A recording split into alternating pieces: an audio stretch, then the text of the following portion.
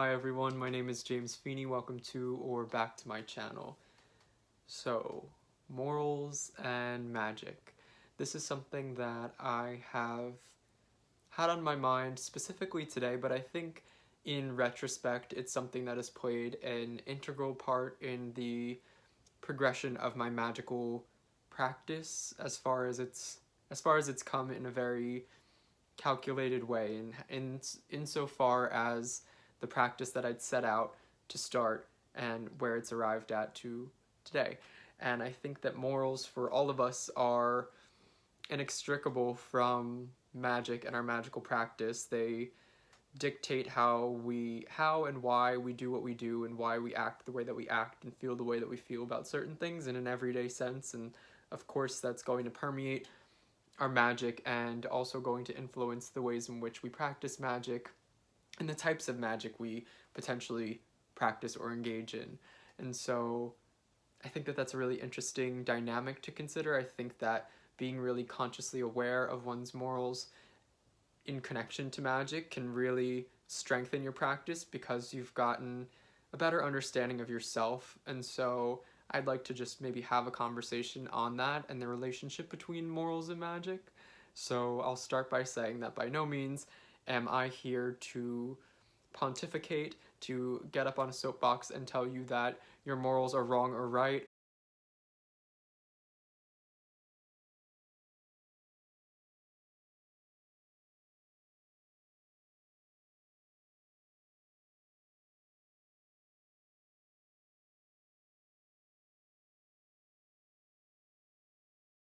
To tell you that my morals are better or superior to your own, because they aren't. Mine are no better or worse than yours, just as yours are no better or worse than somebody else's. So judgment here is really not part of the equation, and nor do I think it should be for anybody. I think understanding other people's morals and asking questions is really valuable. I think deciding arbitrarily that yours are better than somebody else's, it isn't really helpful. And so I'll start by saying that these are all my opinions, and that I am not thinking that any of my own moral codes and beliefs are better than anybody else's. I'd also like to say that this is not an area of study that I actively engage in. My background in education is I have degrees in English literature and writing and communication studies, so I think that maybe my lens will be influenced in that way.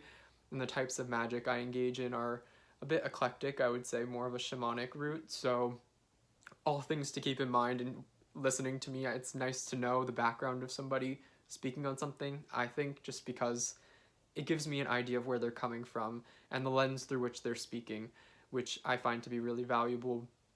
And so I'll start with all of that.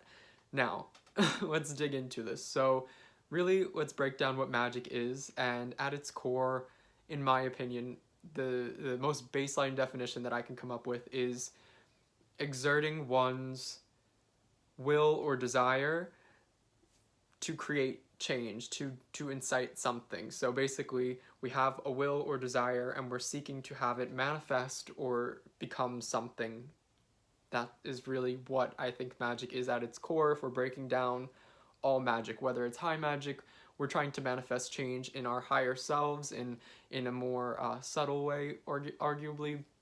If we're talking about quote-unquote low magic, where we're doing things that we want to have a physical effect on the world, then we are manifesting or using that desire or will to create change in the world, whether that be to heal somebody, to bring in income, to get a job, to XYZ. And so that is, in a nutshell, how I see magic, and what I think all magic kind of falls into, that equation of the will and desire, transmuting it and finding a way to actually make it manifest in some way. And most magic is really of course there's a lot of complexity and a lot that goes into it, but at its core I think that's what magic is. And so right there, you're talking about somebody's will or desire. So that in and of itself is a really subjective but also morally attached thought process or feeling. It's very deeply ingrained. There is a lot of personal depth to what makes up a desire or a wish that is to be fulfilled through magic.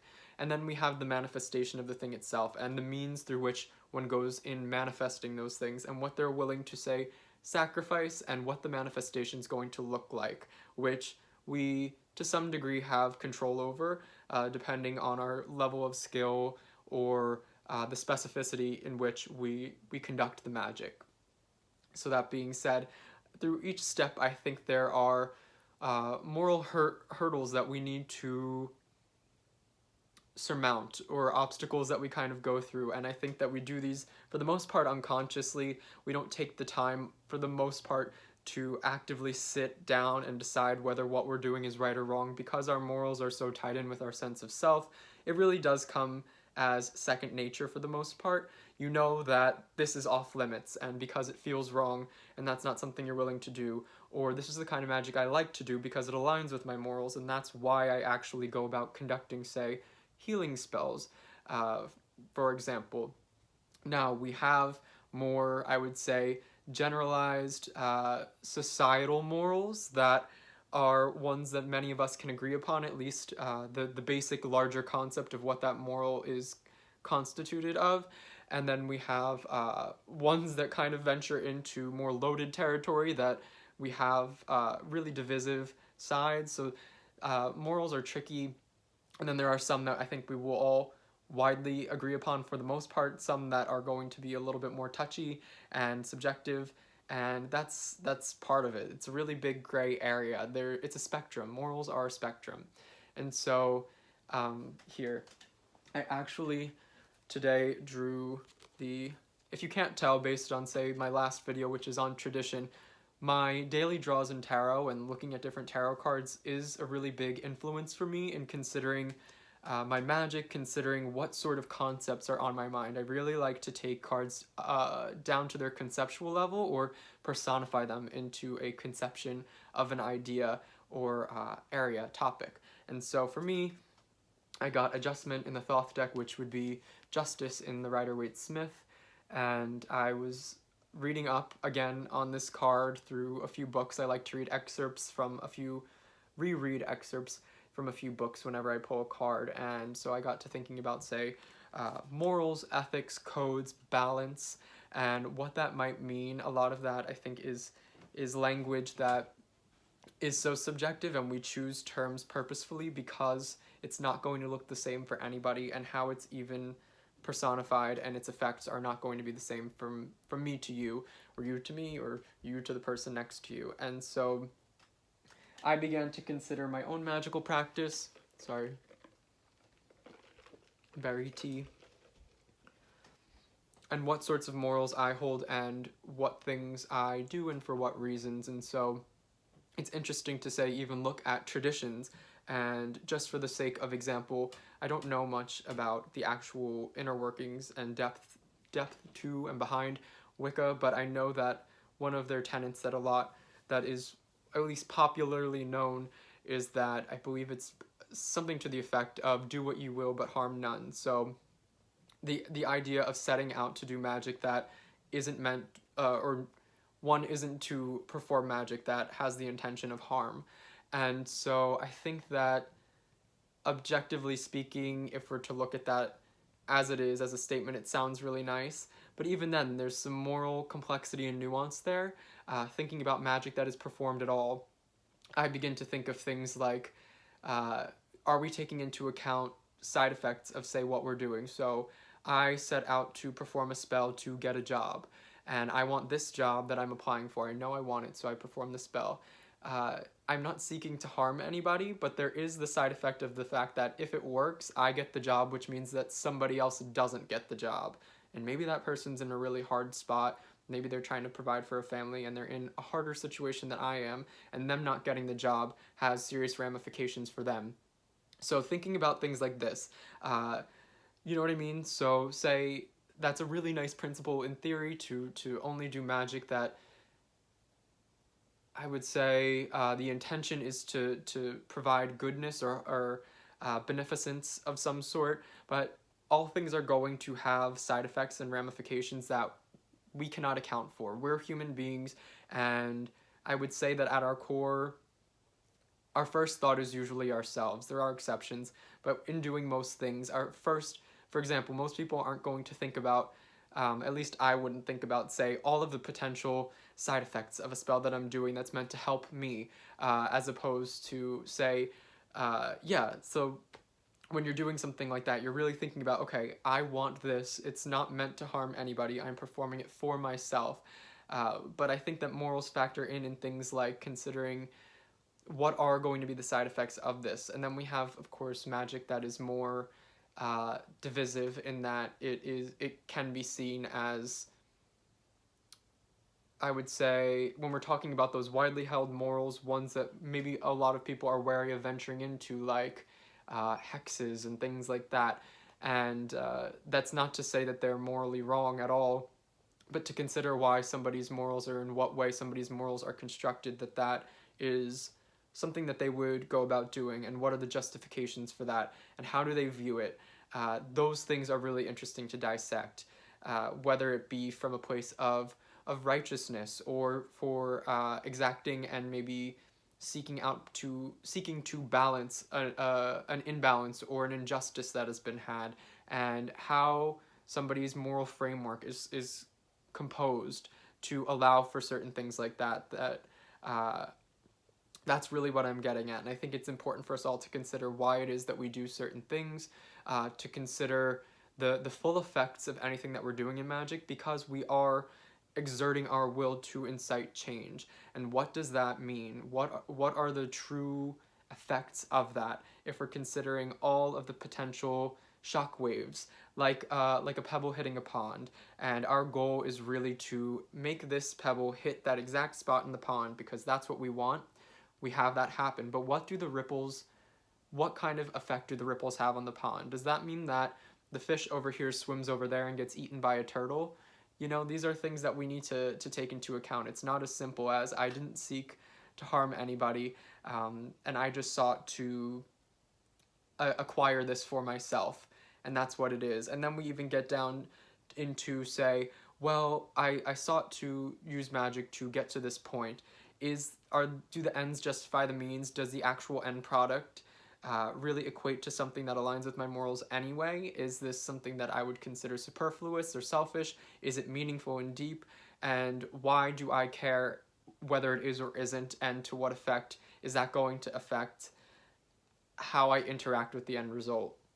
And these are all things that I think we really need to consider in magic. We need to know why it is that we're doing certain things, what feels right and why.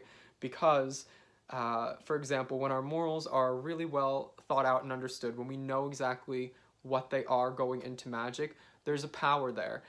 There's no resistance. There is no questioning. There is no afterthought of doubt when we know that what we're doing aligns with our morals and we've thought it through very thoroughly. Say we do something that's a bit ambiguous and we find ourselves to have these sort of unconscious questionings, we feel little tingles of doubt. Afterwards, we find ourselves really mulling over what it is we did and why, and the possible side effects of it. And in doing so, you are detracting from the power that you set out to put into that working or that magical practice. Because it is not necessarily aligned with your morals, there's some part of you that was reserved. There's a blockage of some sort, because I would say the moral vein of power was somewhat restricted because it wasn't in quite alignment with what it is that you believe in.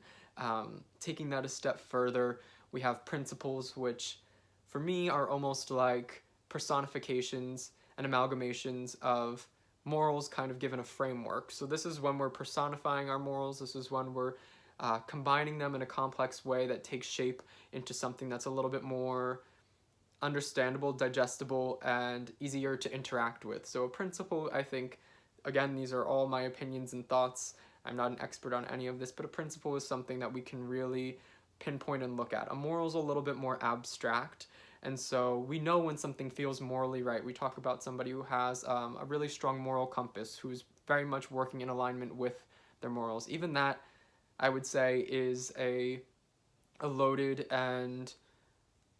statement, just because we tend to attach the idea of a strong moral compass with somebody that aligns heavily in popular societal moral what like senses of right and wrong, whereas I would argue that a strong moral compass could be somebody who falls very much outside of the by and large accepted moral codes, but who's also very much in line with their personal moral code, and in doing so, they have a very strong moral compass.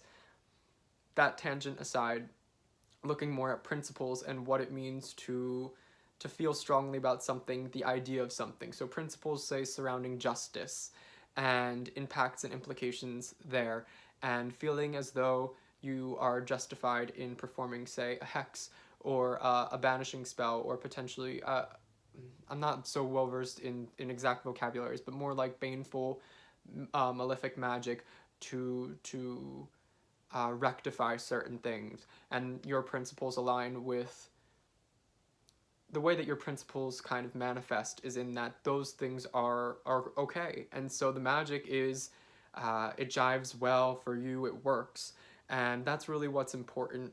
Of course, we again have to take into consideration the outside world, so just because your moral isn't wrong because it's different than others doesn't mean it's going to be widely accepted or deemed okay. The whole point of having certain societal, socially accepted morals and principles is because it creates sort of a structural framework in which we all know, not all know, but we have this general external atmospheric idea of what's acceptable and unacceptable in laws. We would have complete anarchy and chaos if there was no generally accepted sort of overall moral code. And that's not to say that breaking free from that or having views and morals that are outside of that is wrong. To go against the grain is not wrong, but it does mean that you are subject to the ramifications that come with a society that holds certain morals. So keeping that in mind, knowing, say, that you have certain morals that don't necessarily align, navigating those morals and acting in accordance with them is there is an amount of orchestration involved, and it is not necessarily, I would say that you just have to be aware of the fact that others are going to have other moral codes, and that to act in complete defiance or opposition to somebody else's moral code may result in backlash, and that's just something that we have to accept.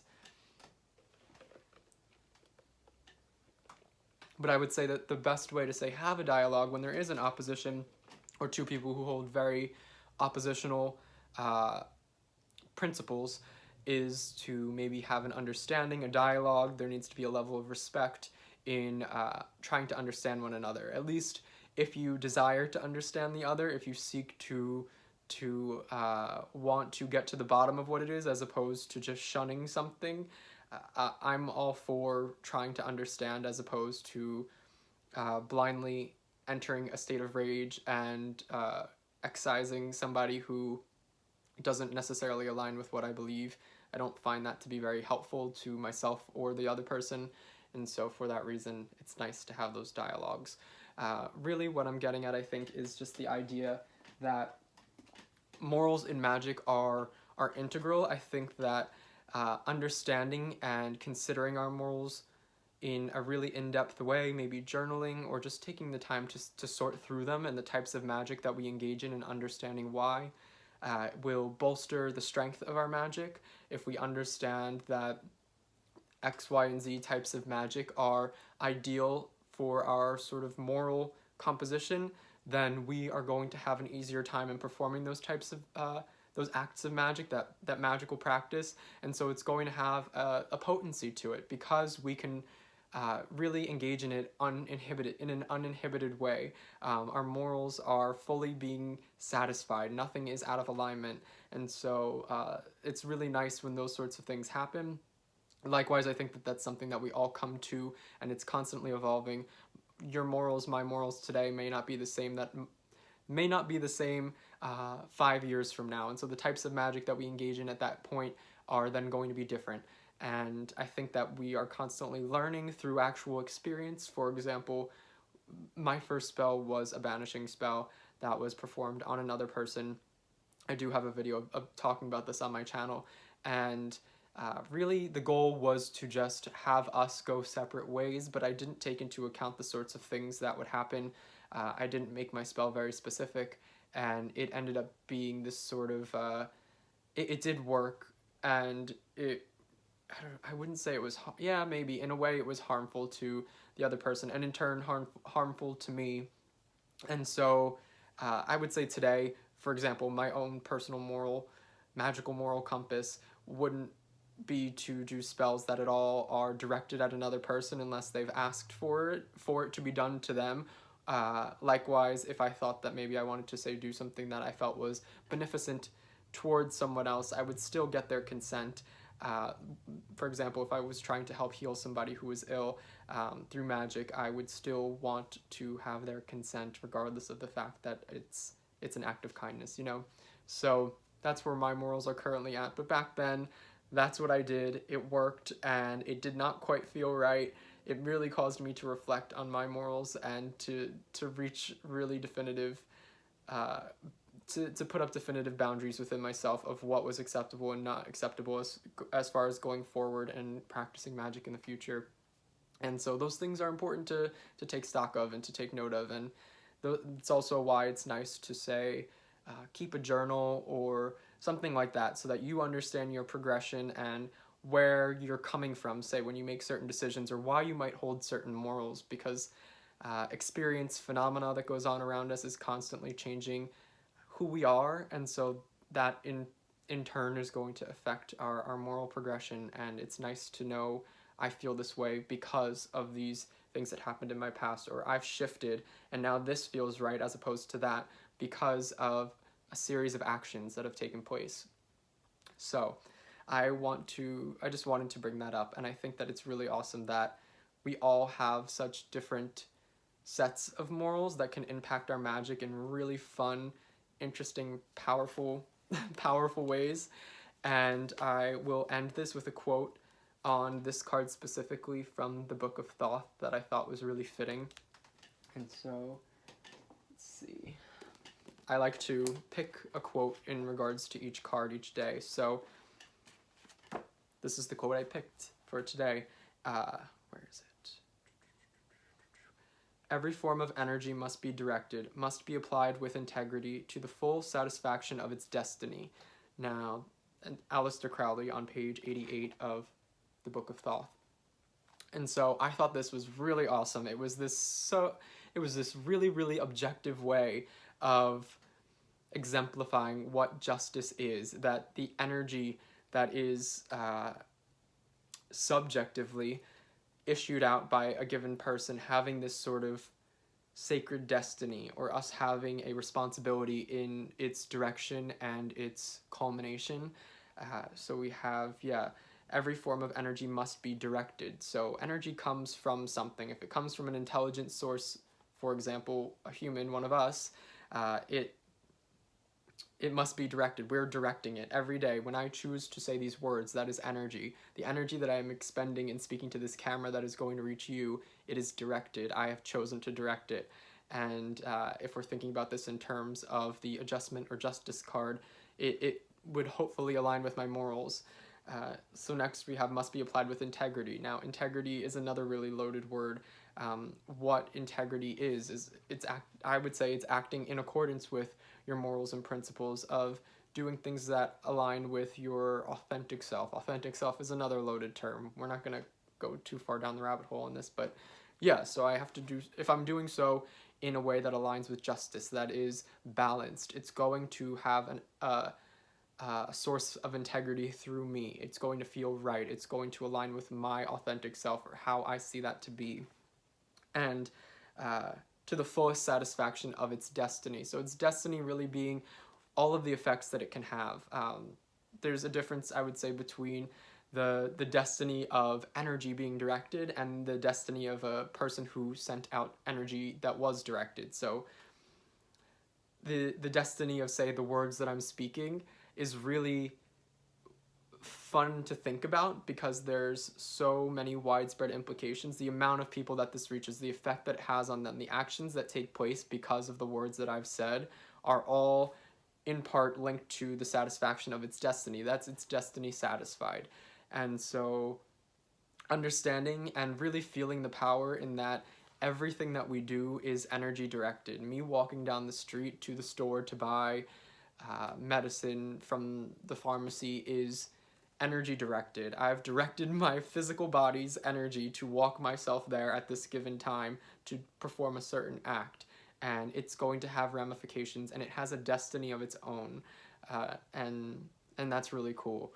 And so I will leave you all with that to hopefully maybe mull over morals and magic for yourself. I'd love to know your thoughts on the connections between morals and magic, and what yours, I would say, what your moral code, how it sort of operates, if that's something that you can really sum up in a comment. I'm not sure, but I'd love to know your experiences and thoughts, and yeah, all of that in regards to this. I hope you are all well. I hope that this made sense to some degree. If you liked it, like and subscribe, and of course comment, because I love to have a fun dialogue in the comments. And until next time, bye everyone.